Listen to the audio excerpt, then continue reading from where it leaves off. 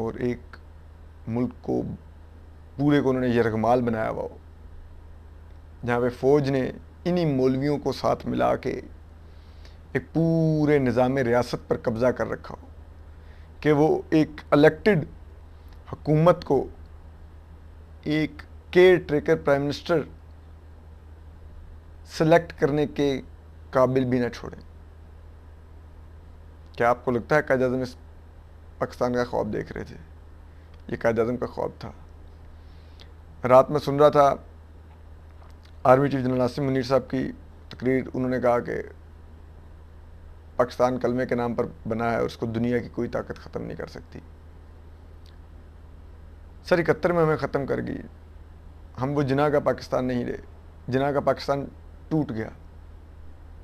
رہا سا پاکستان جو جناح کا تھا، وہ ضیاء الحق نے ضیاء کا پاکستان بنا دیا، اب یہ جناح کا پاکستان کہاں پر ہے؟ تو اب یہاں پر ٹی ایل پی جیسی تنظیمیں بنتی ہیں، جنرل فیض حمید بنا کے جاتے ہیں، اب یہاں پر سپاہ صحابہ اہل سنت والجماعت میں کنورٹ ہوتی ہیں، تو کبھی کوئی تنظیم سر اٹھاتی ہے تو کبھی کوئی تنظیم سر اٹھاتی ہے۔ یہاں پر گڈ طالبان ہوتے ہیں تو بیڈ طالبان ہوتے ہیں۔ اب سوچئے محمد علی جناح یہ چاہتے تھے۔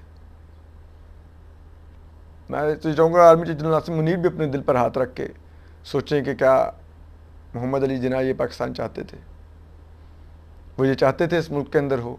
اگر انہیں لگتا ہے کہ وہ یہی چاہتے تھے تو پھر کھائی میں تو ہم جا ہی رہے ہیں، روک تو کوئی بھی نہیں سکتا۔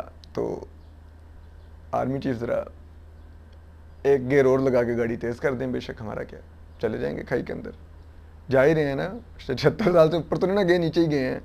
اب بھی خواب دکھائے جا رہے ہیں کہ بڑا روشن مستقبل ہے، مایوس نہیں ہونا، امید دلا رہے ہیں ہم آپ کو۔ یہ امیدیں تو 76 سال سے ہمیں دلوائی جا رہی ہیں۔ ہوا کیا؟ جنہوں نے امیدیں دلوائیں وہ تو امیر ہوئے،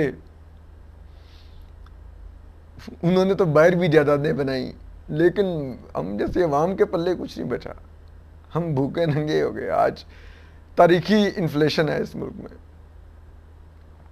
تو خیر اب ذرا آگے آئیے، تو وہ ایک تو خبر یہ ہے کہ جو پہلے ہم حنا پرویز بٹ صاحبہ والی بات کر لیتے ہیں۔ ان کے ساتھ کل پی ٹی آئی کے کارکنوں میں سن رہا تھا جس قسم کی وہ ان کو گالیاں دے رہے تھے، ننگی گالیاں۔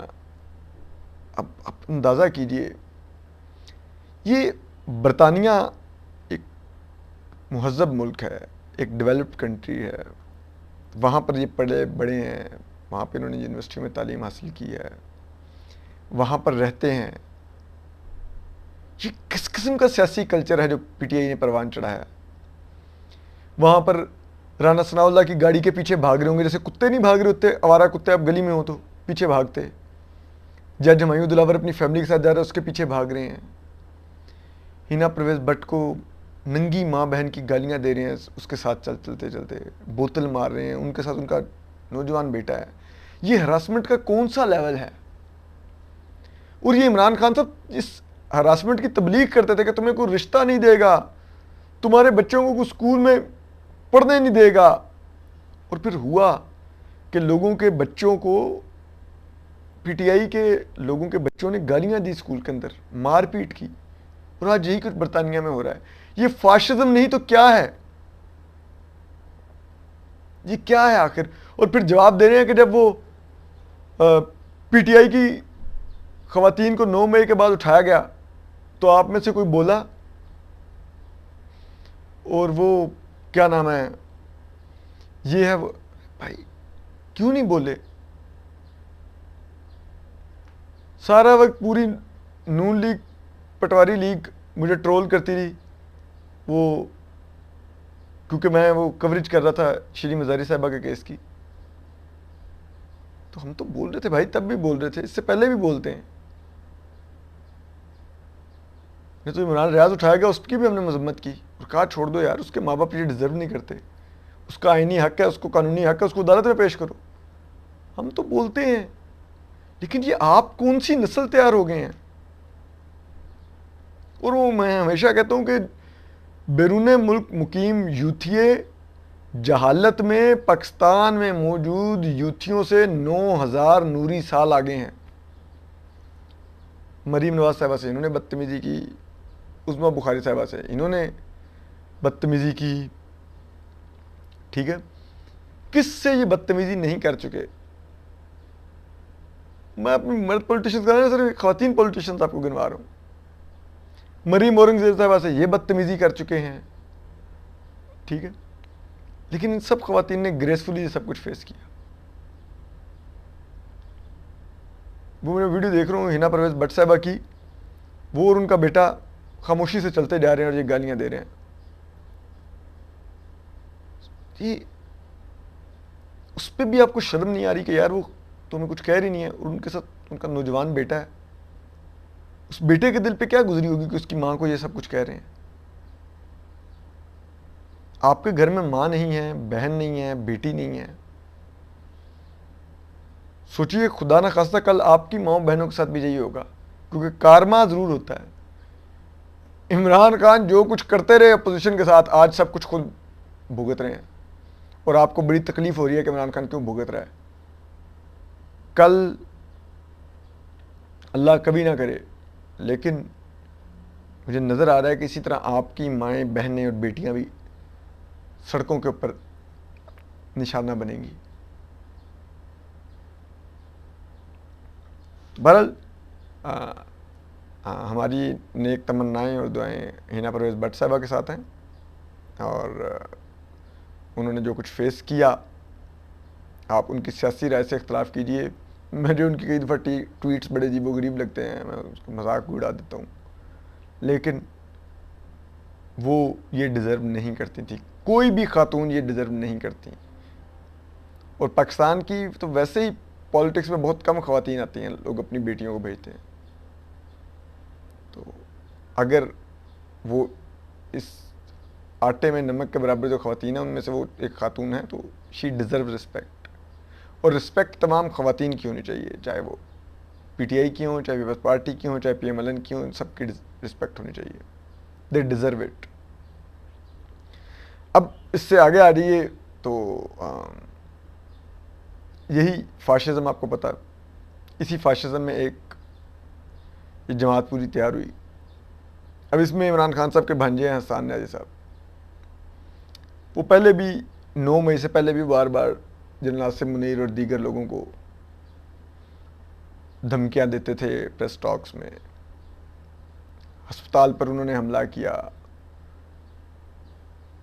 اور بھی درجنوں ان کے واقعات ہیں جہاں پر انہوں نے فزیکلی اٹیک کیا لوگوں کو, اور بدتمیزیاں کی, توڑ پھوڑ کی, جلاؤ گھراؤ کیا. لیکن 9 مئی کو انہوں نے کور کمانڈر لاہور, ان کے گھر پر جب حملہ ہوا تو وہاں سے جو لوٹ مار ہوئی اس میں کور کمانڈر کا جو آفیشیل یونیفارم تھا وہ باہر لائے, اور لا کے انہوں نے ڈنڈے پر لہرایا اور لوگوں سے ریڈیکیول کرنے کے لیے مذاق اڑایا کہ بتاؤ گیس کرو کور کمانڈر کی ویسٹ کتنی ہے اس کی پینٹ کی. ہر کوئی اپنے اپنے گیس کرتا رہا. پھر انہوں نے کہا 50 ہے ویسٹ کور کمانڈر کی, ہاں ہاں یہ سب کچھ کرتے رہے. اب اس کے بعد سے ظاہری بات ہے فوج بہت غصے میں تھی ان کے اوپر, ان کو ڈھونڈ رہی تھی, وہ ہاتھ نہیں لگ رہے تھے. بالآخر وہ ایبٹ آباد سے گرفتار ہو گئے, چھپے ہوئے تھے, اور اب یقیناً ان کو کورٹ مارشل کے لیے لے جایا جائے گا. ان کے والد حفیظ اللہ نیازی صاحب جو سینئر تجزیہ کار ہیں, بڑے رسپیکٹیبل انسان ہیں, مجھے ان کے لیے خصوصی طور پہ ہمدردی ہو رہی ہے کہ وہ کس کرب سے گزر رہے ہوں گے, حسان نیازی صاحب کی والدہ کس کرب سے گزر رہی ہوں گی. لیکن آج اس بات پر تو حسان نیازی صاحب کو گرفتار کر لیا گیا. مجھے دکھ یہ ہوتا ہے, حسان نیازی صاحب گرفتار ہونا چاہیے تھا جس دن انہوں نے سڑک پہ ایک شہری کو تھپڑ مارے, جس دن انہوں نے لاہور میں ہسپتال پر حملہ کیا اور جلاؤ گھراؤ کیا. اس ہسپتال میں انہوں نے لوگوں کی زندگیاں خطرے میں ڈالیں. ہسپتال اور ایمبولنس پر دشمن ملک بھی حملہ نہیں کرتا, وہاں پر حسان نیازی صاحب نے حملہ کیا. یہ اس گیس میں گرفتار ہونے چاہیے تھے. یہی تو بات ہے نا, ہماری فوج کو اپنے ساتھ کچھ ہو تو بڑا دکھ ہوتا ہے. عمران ریاض خان کو اگر اس پر کیس بنتا تھا تو وہ بنتا تھا جو انہوں نے نور مقدم کے خلاف ویلاگز کیے، لیکن غائب ہوئے تو تب جب وہ فوج کی گڈ بکس سے نکل گئے. جب تک فوج کی گڈ بکس میں تھے تو وہ ہم سب کے کردار کشی کر رہے تھے، ان کو کوئی ہاتھ نہیں لگا سکتا تھا. تو یہ ملک میں سیکرڈ کاؤ کا درجہ صرف فوج کے پاس نہیں ہونا چاہیے، ہماری بھی عزتیں ہونی چاہیے. وہ نور مقدم ہماری بیٹی تھی. وہ جو ہسپتال میں جن پر حسان نیازی حملہ آور ہو رہے تھے وہ اس ملک کے ٹیکس پیئر تھے، جن سے اس ملک کے ادارے چلتے ہیں. تو اب ہم یہ ضرور سمجھتے ہیں حسان نیازی صاحب کو ان کے آئینی قانونی حقوق ملنے چاہیے، ان کو عدالت میں پروڈیوس ہونا چاہیے. جتنا ان کا جرم بنتا ہے ان کو اتنا ٹریٹ کرنا چاہیے، ان کے ساتھ کوئی مس بیہیو نہیں ہونا چاہیے، ان کو کوئی اس طرح کا سلوک نہ ہو کہ ان کی عزت نفس مجروح ہو، ان کی ڈگنیٹی کمپرومائز ہو، یہ نہیں ہونا چاہیے. اب آخر میں جہاں تک ہے سابق وزیر اعظم میاں نواز شریف کا کہ انہوں نے پاکستان کا بنایا، تو میاں صاحب اس ٹائم سوچ میں پڑے ہوئے ہیں. وہ لندن واپس پہنچ چکے ہیں اور ان کو یہ ذرائع بتا رہے ہیں، خود وہ نہیں لیکن نون لیگ کے لوگ جو شہباز شریف صاحب کیمپ کے لوگ ہیں وہ ان کو کہہ رہے ہیں کہ آپ ابھی واپس مت آئیں، جسٹس قاضی فائزہ کے چیف جسٹس بننے کے بعد وطن واپس آ رہے ہیں. لیکن چیز یہ ہے کہ یہ بہت طریقے سے ایک آنے والے چیف جسٹس کو بھی داغدار کرنے کی کوشش کر رہے ہیں کہ جیسے وہ ان کو بچانے کے لیے آ رہے ہیں. حالانکہ ایسا کبھی نہیں ہونے والا، ان سب کے 14 طبق روشن دونوں رہیں گے. لیکن جو مشورہ خود میاں نواز شریف صاحب کا اپنا کیمپ ان کو دے رہا ہے وہ یہ ہے کہ آپ یہ نہیں کہ جسٹس قاضی فائزہ کے چیف جسٹس بننے پر واپس آئیں، آپ جب الیکشن کی ڈیٹ آ جائے اس کے بعد واپس آئیں اور کیمپین چلائیں. اس سے پہلے باہر بیٹھ کے میاں نواز شریف صاحب اپنے پرائم منسٹر بننے کا رستہ ہموار کریں، اپنے پر لگی پابندی کو ہٹوانے کا رستہ ہموار کریں، الیکشن میں حصہ لینے کی جو ان پر پابندی لگی ہوئی ہے، تو اس کے بعد آئیں اور پھر وہ کیمپین چلائیں. اس کے بغیر ان کو وطن واپس آ کر کیمپین چلانے کی ضرورت نہیں ہے. یہ میاں نواز شریف کیمپ کے اندر سوچ پائی جاتی ہے. تو غالب امکان یہ ہے کہ گو کہ شہباز شریف صاحب تاریخ دے رہے ہیں کہ اگلے مہینے میاں نواز شریف آ جائیں گے، وہ آ بھی سکتے ہیں، لیکن ابھی بھی غالب امکان یہ ہے کہ میاں نواز شریف صاحب اپنے خلاف چلنے والے کیسز کے بارے میں کلیئرٹی آنے اور الیکشن کی تاریخ آنے کے بعد ہی وطن واپس آئیں گے. اپنا خیال رکھیے. اللہ حافظ.